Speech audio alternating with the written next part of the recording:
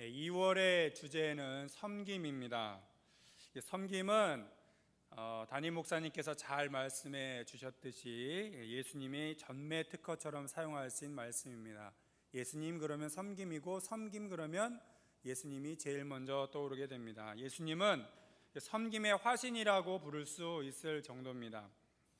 예수님은 하늘의 영광 보좌를 버리고 낮고 천한 세상에 오신 분입니다. 그러므로 예수님의 제자라면 예수님처럼 섬김의 삶을 마땅히 살아야 하겠죠. 예수님의 대표적인 제자로 사도 바울이 있는데 그 또한 섬김의 삶을 삽니다.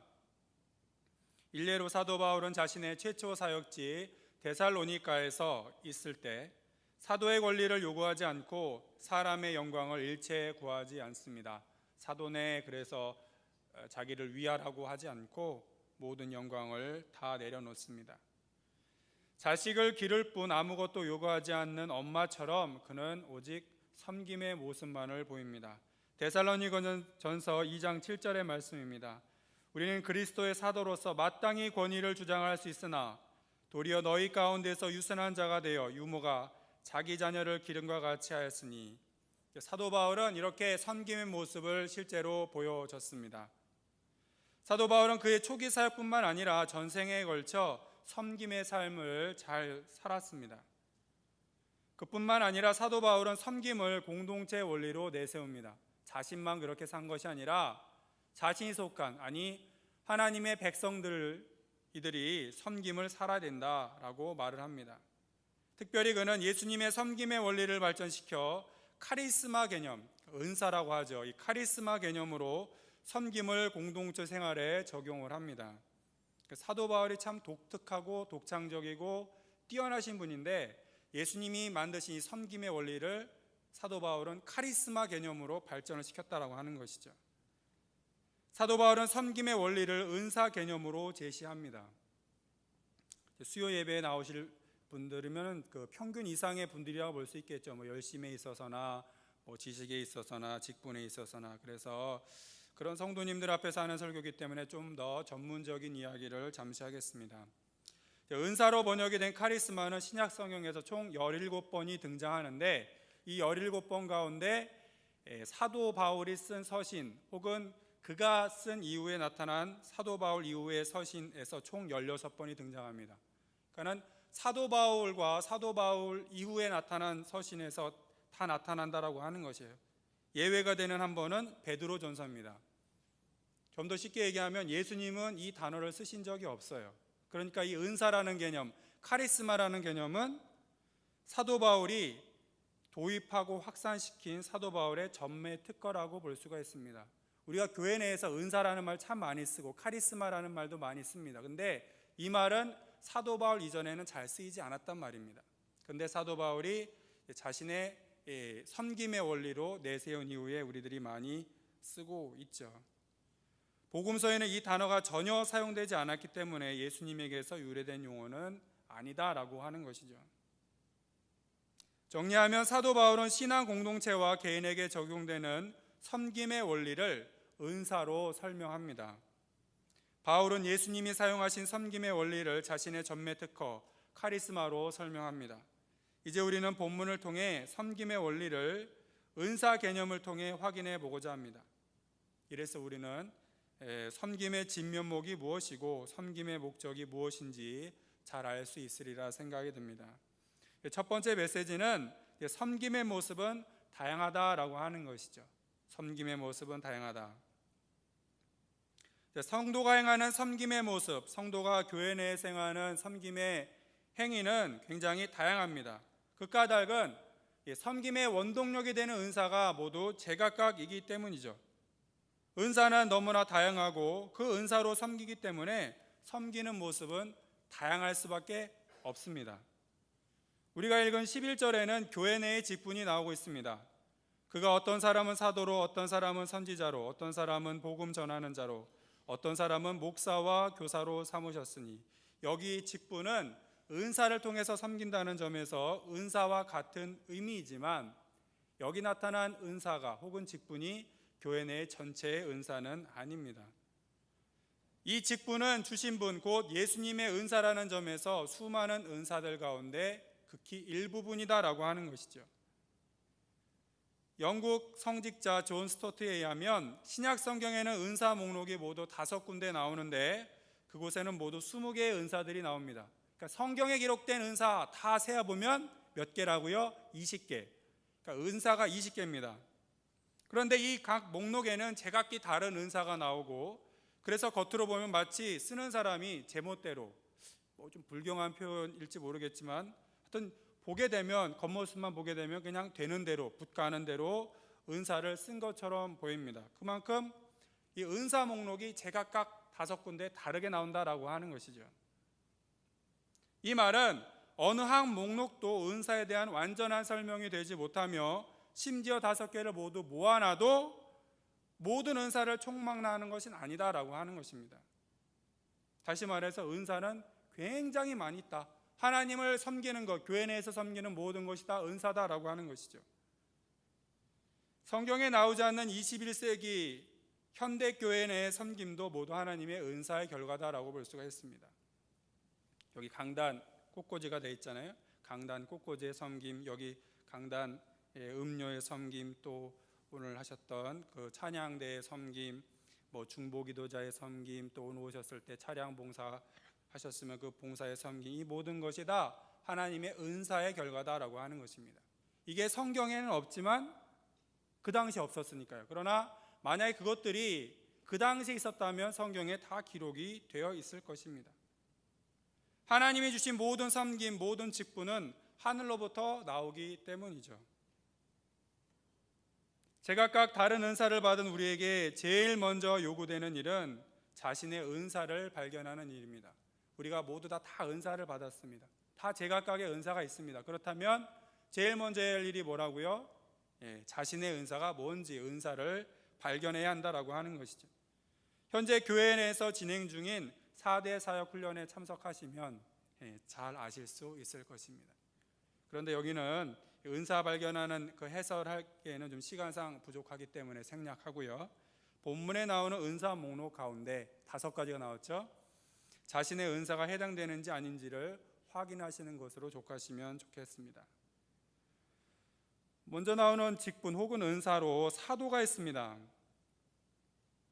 사도는 이제는 더 이상 존재하지 않는 은사이며 직분입니다. 사도행전 1장 21절과 22절에 나오는 조건은 다음과 같이 사도에 대한 분명한 한계를 정해놓고 있기 때문입니다. 이러함으로 요한의 세례로부터 우리 가운데에서 올리워져 가신 날까지 주 예수께서 우리 가운데 출입하신 때에 항상 우리와 함께 다니던 사람 중에 하나를 세워 우리로 더불어 예수의 부활하심을 증거할 사람이 되게 하여야 하리라. 그러니까 이 본문은 사도가 한 명이 죽었잖아요. 자살한 가룟 유다를 대신해서 마띠아를 세웁니다. 마띠아를 세우기 전에 보궐선거를 하죠. 보궐선거할 때 사도의 조건을 명시한 내용입니다. 그러니까 예수님을 직접 보고 예수님과 함께 다닌 자가 사도이지 그렇지 않은 사람은 사도가 아니다라는 얘기죠. 이런 사람은 눈 씻고 찾아봐도 세계에 없습니다. 이 사도 12명은 이와 같이 특별한 의미를 가지고 있지만 사도가 12명에만 한정되어 있지는 않았습니다. 바나바도 사도라고 칭해졌고 주의 형제 야고보도 12 안에 속하지는 않았지만 오히려 가장 존중받는 사도였습니다. 또한 사도 바울도 스스로를 사도라고 확신을 합니다. 이와 같이 지금은 없지만 사도는 교회의 기초가 되는 가장 중요한 직분이며 은사라고 볼 수가 있죠. 그래서 은사 목록 가운데 제일 첫 번째 등장하고 있습니다. 요새 보면 이제 천주교회가 많이 부흥한다고 하잖아요. 그런데 과연 천주교회가 어떤 곳인가 궁금해하시는 분이 많이 있습니다. 과연 장점이 뭐고 단점이 뭐냐. 근데 제가 아는 바에 하면 제가 신학도 공부하고 연구를 좀 해봤는데 이 천주교의 장점이자 단점은 교회론에 있습니다. 로마 카톨릭 교회, 이제 구교라고 하는데 이 천주교는 소위 사도 계승을 말하면서 지금의 교황이 천국 열쇠를 받은 사도 베드로의 후계자라고 얘기를 합니다. 그래서 굉장히 자부심이 세죠. 사도 베드로가 1대 교황이고 사도 계승을 통해서, 안수로 이루어지는 사도 계승을 통해서 지금까지 로마 카톨릭 교회가 정통으로 이어졌다라고 얘기를 합니다. 그런데 그들의 주장은 사실 성경적이지 못하다라고 합니다. 이러한 자부심이 있다는 것 자체가 그들로 하여금 권위가 있게 하고, 또 그런 점에서 교회가 강화되는 장점은 있지만 사실 그것이 장점이 될 수 없다라고 하는 것입니다. 왜냐하면 그게 성경적이지 못하기 때문이죠. 사도는 지금 존재하지 않으며 사도 계승은 안수를 통해서 이루어지는 것이 아니기 때문입니다. 진정한 사도 계승은 과거 예수님의 사도들이 그러하셨듯이 예수님께 순종할 때에만 가능하지, 안수하는 것을 통해서 사도 계승이 이루어질 수 없다라고 하는 얘기입니다. 교회의 정통성, 교회의 단일성, 교회의 사도성은 안수를 통한 사도 계승이 아니라 다양한 은사와 다양한 직분을 인정함을 통해 가능합니다. 역설적이게도 교회의 통일성은 다양성을 인정하는 가운데 생깁니다. 성직자 중심의 피라미드식 위계 질서적 로마 카톨릭 교회가 아니라 교황 있고 추기경 있고 주교 있고 그 아래 피라미드식 교회, 이게 로마 카톨릭 교회죠. 이것을 통해서 교회의 통일이 되는 것이 아닙니다. 오히려 다양한 은사로 일하는 만인 제사장적 개신교회가 성경이 말하는 통일성을 가진 교회다라고 하는 것이죠. 교회는 통일성을 유지하나 생기없고 획일적인 정적인 모습으로가 아니라 살아 꿈틀거리는 유기체답게 동적인 모습으로 유지한다라는 얘기죠. 사도에 이어서 직분으로 선지자가 나옵니다. 이 선지자도 사도 직분처럼 대단히 한시적인 직분입니다. 초대교회 당시에는 아직 교회가 정착되지 못하고 교회 제도 또한 불안정했기 때문에 선지자 직분이 필요했습니다. 그런데 이 선지자분은 시간이 흘러 교회가 정착이 되고 제도화되자 약화됩니다. 이와 같이 사도와 선지자 직분은 초대교회 때에만 등장을 하죠. 다음으로 복음 전하는 자가 나옵니다. 이 복음 전하는 자를 그리스 원어로 유앙겔리테스라고 하는데 복음을 전파하는 사람입니다. 복음을 전하는 행위는 예비 신자에게 복음을 전하는 일입니다. 이 은사는 지금도 있죠. 그래서 안드레 사역, 우리 교회 내에서는 안드레 사역이 이 사역을 감당하고 있습니다. 마지막으로 목사와 교사가 있습니다. 먼저 목사 직분인데 이 목사 직분이 은사나 직분으로 사용되는 것은 이것밖에 없습니다. 그러나 목사로 번역된 원어 포이메는 다른 곳에도 많이 등장하는데 감독이나 장로라고 표현이 됩니다. 그러니까 성경 내에 장로라고 나온 내용은 요즘에 목사를 뜻하는 경우가 많다라고 하는 것이죠. 또한 목사와 한 단위로 묶여 나온 교사 직분은 바울 서신 이외에도 자주 등장하는 보편적인 은사입니다. 본문에 등장하는 5 직분은 모두 어떤 식으로든 가르침과 관련되어 있다는 점에서 가르침의 은사는 특별히 중요합니다. 5가지 은사가 나왔는데 모두 다 가르침의 은사와 관련이 있습니다. 모든 시대에 교회를 세워감에 있어서 은사를 받은 교사들이 공급되는 것 외에 더 중요한 것은 없다라고 말하신 분들도 계실 정도로 가르침의 은사는 중요합니다. 가르치는 교사, 잘 가르치시는 분, 이분들이 굉장히 교회에 중요하다라고 하는 것이죠. 사실 이단이 횡행하고 말씀의 기갈이 염려스러운 지금 교사가 요구됩니다. 교사는 어느 때보다 지금 더 필요합니다. 그럼에도 불구하고 책을 읽지 않으려고 하고 배우지 않으려고 하고 그것에 대해서 멀리하는 자세는 결코 성경적이지 못하다라고 할 것입니다. 우리 교회 주보를 보면 한 달에 한 번씩 추천 도서가 바뀌잖아요. 책을 보라는 얘기입니다. 책을 보고 교사에게 듣고 열심히 배우는 것, 이게 바로 우리 교회가 성장하는 지름길이 됩니다. 하나님을 알고 성경을 알고 교회를 아는 지식은 모두 중요합니다. 배움은 거스릴 수 없는 주님의 명령이다라고 하는 것이죠. 자꾸 배워야지 내가 교회를 얼마나 다녔네 해가지고 혹은 다른 이유로 안 배우는 것은 옳지 못합니다. 우리 교회 내에서는 디모데 사역이 여기에 해당된다라고 볼 수가 있죠. 지금 살펴본 5가지 외에도 많은 은사가 있습니다. 여기서 중요한 것은 우리가 교회 안에 들어올 때 하나님은 그 무슨 은사든지 각자에게 은사를 주셨다라고 하는 것이죠. 우린 단지 예배만 드리기 위해서 하나님의 자녀가 된 것은 아닙니다. 우리는 거룩한 예배자가 되는 동시에 은사를 잘 활용해서 충성스러운 일꾼이 되어야 합니다. 그것이 복음을 전하는 은사든 아니면 교사의 사역이든 아니면 여러 가지 봉사의 사역이든지 간에 우리가 예배의 자로만 서는 것이 아니라 은사를 잘 활용하는 것이 필요하다라고 하는 것이죠. 내게 있는 것을 활용해서 잘 섬기는 것이 주님의 뜻이다라고 하는 것입니다. 은사를 활용하여 섬김의 사역을 잘 감당하시는 주님의 일꾼 되시기를 주님의 이름으로 축원합니다. 두 번째 메시지, 다양하다라는 것 배웠는데요. 두 번째는 섬김에 있어서 자랑은 있을 수 없다라고 하는 것입니다. 한번 따라해 보실까요? 섬김에서 자랑은 있을 수 없습니다. 네, 감사합니다. 우리는 앞서 은사가 그리스도의 선물임을 배웠습니다. 그러니까 선물은 주신 분의 호의의 결과죠. 그러므로 받는 자는 은사에 대해서 자랑할 수가 없습니다. 또한 동시에 우리는 은사가 다르다고 서로 시기하고 질투해서도 안 되고 서로 다르니까 틀리다고 생각해서 비판하고 경멸해서도 안 된다라고 하는 것입니다.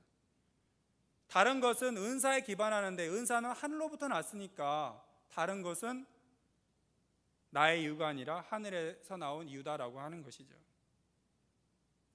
주님은 우리 모두에게 각자 다른 은사를 선물로 주셨습니다. 우리를 똑같이 만들지 않으셨습니다. 심지어 쌍둥이조차 다릅니다. 다르게 창조하기, 이것이 하나님의 창조 원리입니다. 그런데 마귀는 같은 기준을 갖고 서로 비교하라고, 서로 등수를 매기라고, 우열을 가리라고 시험을 합니다. 서로 비교하면 우월감이나 열등감이 생깁니다. 교만 아니면 절망이 찾아옵니다. 그런데 이러한 열등의식이나 우월의식은 사탄의 방법입니다. 하나님은 다 다르게 온리 원으로 만드셨는데 사탄은 똑같은 기준으로 등수를 매기는 방법이죠. 하나님은 우리를 하나님의 걸작품으로 만드신 걸 믿으시기 바랍니다. 우리는 하나님의 마스터피스, 걸작품이며 포이에막, 작품입니다. 우리는 하늘 은사를 담은 귀한 그릇이다라고 하는 것이죠.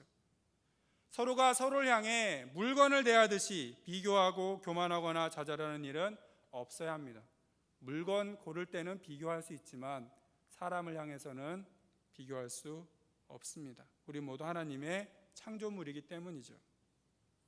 주제와 조금 다를 수 있지만 삶의 방식도 은사대로 살아야 합니다. 쉬운 말로 우리 옛 성현들이 말씀하셨는데 생긴 대로 살아라. 이 말이 참 맞는 것 같아요. 그게 삶의 지혜이기 때문입니다. 우리 주변을 보면 자신의 은사, 곧 강점이 아니라 강점이 참 많은데 강점 놔두고 약점에만 주목해서 약점만 보완하는데 시간을 낭비하는 사람들이 많이 있습니다. 영어가 안 되면 외국에 나가 어학연수 가고 지식이 부족하면 학교에 마냥 오래 다니곤 합니다. 물론 그런 행동은 학창시절과 같이 특수한 때는 필요합니다.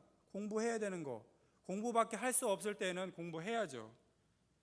그런데 그때를 한참 넘겼는데 마냥 그렇게 약점만 바라보고 그것을 메꾸려고 하고 장점을 통해 남을 섬기거나 그것을 더욱 발전시키지 않고 약점을 보완하는 데 인생 허비하는 사람들이 있습니다. 근데 그것은 결코 지혜롭지 못하다라고 하는 것이죠. 콤플렉스로 사는 것이 아니라 은사로 살아야 하는 것, 이게 바로 성경이 말하는 인생의 원리입니다. 필요 없으니까 안 주신 것이라 믿고 받은 줄로 족하면서 섬기며 살아야 하는 것입니다. 이것은 제가 체념을 하고 살아라라고 하는 것이 아니라 은사로 살라고 하는 말씀입니다. 우리는 은사로 열심히 섬기며 그것을 발전시켜야 합니다. 그렇게 살기에도 인생이 짧기 때문이죠. 더구나 상대방이 기대하는 은사를 개발하지 않으면 사람들은 실망합니다. 저 사람은 저걸 잘해라고 생각했는데 저 사람이 저걸 개발하지 않아요. 그 순위 똑같이 돼요. 그러면 사람들은 실망할 수밖에 없습니다. 그러므로 우리는 약점을 보완하는데 너무 많은 시간을 쓰는 것이 아니라, 그래서 인생 낭비하는 것이 아니라 자신에게 있는 장점, 은사, 카리스마를 잘 발전시켜서 양질의 섬김을 타인들에게 보여줘야 된다라고 하는 것이죠. 일전에 자기개발 분야의 베스트셀러 작가의 자서전을 읽어봤습니다. 저는 참고적으로 자서전 읽는 걸 좋아합니다. 이야기 속에 지혜가 고스란히 담겨 있기 때문이죠.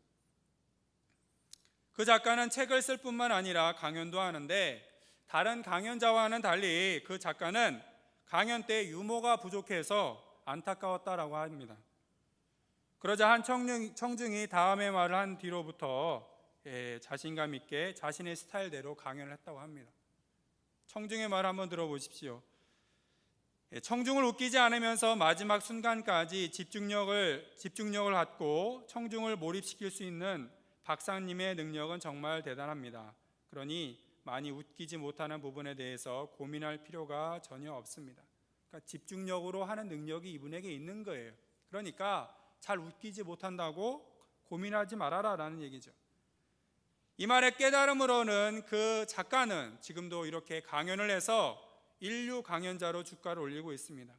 자신에게 있는 은사대로 살면 잘 쓰임받고 남들의 멘토로도 섬길 수 있습니다. 우리는 은사를 잘 활용하고 그것을 더욱 가다듬어야 합니다. 그리고 부족한 부분은 남에게서 도움을 받아야 됩니다. 부족한 부분이 있잖아요. 그럼 어떻게 하느냐? 이것은 남들을 통해서 메꿀 수 있습니다. 이것이 이제 세 번째 메시지에 나오는데, 부족분은 타인의 도움으로 채우면 되지 부족분을 채우려고 하다가 인생을 낭비하는 것은 옳지 못하다라고 하는 것이죠. 사도 바울이 있습니다. 사도 바울에게 큰 약점이 있었죠. 그것을 사도 바울은 사탄의 가시라고 했습니다. 그게 안질인지 간질인지 모르지만 아마도 간질인 것 같습니다. 제 추측하기에. 여러분 생각해 보십시오. 저처럼 이렇게 강연하다가 말씀을 전하다가 갑자기 병이 와서 픽 쓰러졌다고 보십시오. 그러면 그러한 사람을 교회에서 청빙할 수 있겠습니까? 청빙할 수 없겠죠. 그만큼 큰 약점이 사도 바울에게 있었습니다. 그래서 사도 바울은 이 약점, 사탄의 가시를 없애달라고 하나님께 3번이나 간구를 했습니다. 그런 하나님은 그것을 고쳐주시지 않고 의사 누가를 붙여주십니다. 의사 누가 있으니까 누가가 고쳐주면 되니까 너는 사역을 해라. 이처럼 단점은 상대방의 섬김을 통해 보완하고 장점으로 잘 섬기면 됩니다.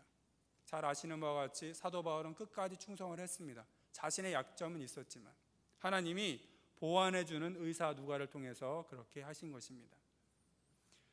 세 번째 메시지는 섬김의 목적은 교회를 세우고 성도를 온전하게 하는 것입니다. 은사를 통한 섬김의 목적이 12절에 등장합니다. 우리가 섬기는데 그 목적이 뭐냐? 12절의 말씀 한번 우리 같이 읽어볼까요? 12절 시작. 이는 성도를 온전하게 하여 봉사일을 하게 하며 그리스도의 몸을 세우려 하심이라. 아멘. 이 12절의 말씀을 보시면 목적이 2가지로 나와 있습니다. 섬김의 목적. 첫 번째는 교회를 세우는 것이고 두 번째는 성도를 온전하게 하는 것입니다. 은사를 통해서 섬기는 것, 이것의 목적은 교회를 세우는 것, 그 다음에 성도를 온전하게 하는 것이죠. 먼저 성도들을 온전케 하는 것에 대해서 살펴보도록 하겠습니다. 온전케 하다라는 원어는 마태복음 4장 21절에서 사용된 그물을 깁다와 동일합니다. 온전케 하다, 이것은 그러니까 찢겨지고 구멍 난 것을 꿰맨다는 것을 의미한다라고 하는 것이죠. 그러므로 우리가 서로 섬겨주는 목적은 상대방의 구멍을 메우기 위함입니다. 사람이 완벽하지 못합니다. 약점이 있죠. 그런데 그 약점을 섬김을 통해서 메워주는 것, 이게 바로 섬김의 이유다라고 하는 것이죠. 우리 모두는 부족한 사람입니다. 그런데 그 부족한 부분을 상대방의 섬김을 통해 메꿀 수 있다라고 하는 것입니다. 그리고 이제 섬김을 받아 온전하게 된 자, 곧 찢어진 구멍이 메꿔진 자는 봉사를 해야 됩니다. 남에게 도움을 받아서 내가 온전하게 됐습니다. 그러면 그 다음에 봉사하는 것이 필요하죠. 충성된 일꾼으로 서야 합니다. 그것이 타인의 섬김을 통해 온전하게 된 이유입니다. 마냥 섬김을 받는 것이 아니라 온전하게 된 뒤에는 충성된 일꾼이 되어야 합니다.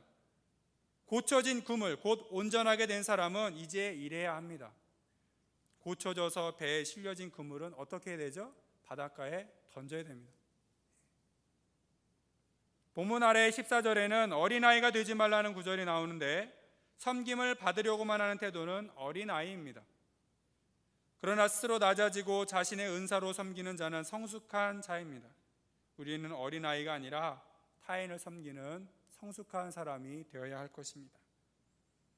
또 다른 섬김의 목적은 교회를 세우기 위함이다라고 말씀을 드렸습니다. 본문에서 교회는 그리스도의 몸이라고 나타나 있습니다. 그리스도의 몸, 곧 교회를 세우는 것이 섬김의 목적이다라고 하는 것이죠. 타인 혹은 자신을 드러내기 위함이 아니라 교회를 세우는 것이 섬김의 목적입니다. 그러므로 은사를 통해 자신의 명예나 자신의 공명심을 세우려는 자가 있다면 그는 사실 예수님을 믿는 게 아닙니다. 교회 내에서 명예심을 채워보겠다, 공명심을 세워보겠다, 그런 사람은 예수님을 믿는 게 사실은 아니죠. 그러므로 우리는 언제나 조심해야 됩니다. 우리의 은사, 우리가 갖고 있는 것들로 과연 교회를 세우는가, 아니면 내 기념비를 세우고자 하는가 늘 조심해서 확인을 해야 된다라고 하는 것입니다. 은사로 명예심을 세우는 것은 옳지 않은데 예수님의 표현대로 하면 그런 자는 이미 자신의 상을 이미 다 받았습니다. 하늘에서 더 받을 상이 없는 것이죠. 이와는 반대로 우리는 그리스도의 몸을 세우는 것, 이것을 교회 성장이라고 얘기할 수 있겠는데 교회 성장에 있어서 예외는 한 명도 없음을 기억해야 합니다. 나는 여기서 예외라는 생각을 버려야죠. 우리가 교회 일원이 된 이상 우리가 갖고 있는 은사를 가지고 교회를 세워야 합니다. 우리 모두는 교회 성장의 임무를 갖고 있으며 이를 위해서 우리는 주님으로부터 귀한 은사를 받아 섬기고 있습니다. 우리는 교회를 세우기 위해 섬기며 살아야 한다라고 하는 것이죠. 말씀을 정리하면 이와 같습니다. 직분은 우리가 고안한 게 아니고 예수님이 정해주신 것이고 예수님의 선물입니다. 또한 다양한 은사는 온전하게 사용이 될 때 교회의 통일성을 파괴하지 않고 오히려 풍부하게 하며 다양성 가운데 일치를 추구하게 만듭니다. 그리고 다양한 은사는 교회를 세우며 성도들을 온전하게 하기 위해서 존재한다라고 하는 것이죠. 우리는 주님이 주신 은사를 통해 섬기는 자가 되어야 할 것입니다. 나에게 물질이 있으면 물질로, 시간이 있으면 시간으로, 혹은 가르치는 것은 가르치는 것으로, 봉사하는 건 봉사하는 것으로, 전도하는 것은 전도하는 것으로 이와 같이 타인을 섬기고 교회를 세워야 할 것입니다. 은사로 섬길 때 우리 교회는 든든하게 세워지고 하나님의 나라는 확장이 되고 우리 성도들은 온전하게 될 것입니다. 이렇게 은사로 섬김의 삶을 살아 승리하시는 우리 모든 성도님 되시기를 주님의 이름으로 축원합니다. 다 같이 기도하시겠습니다.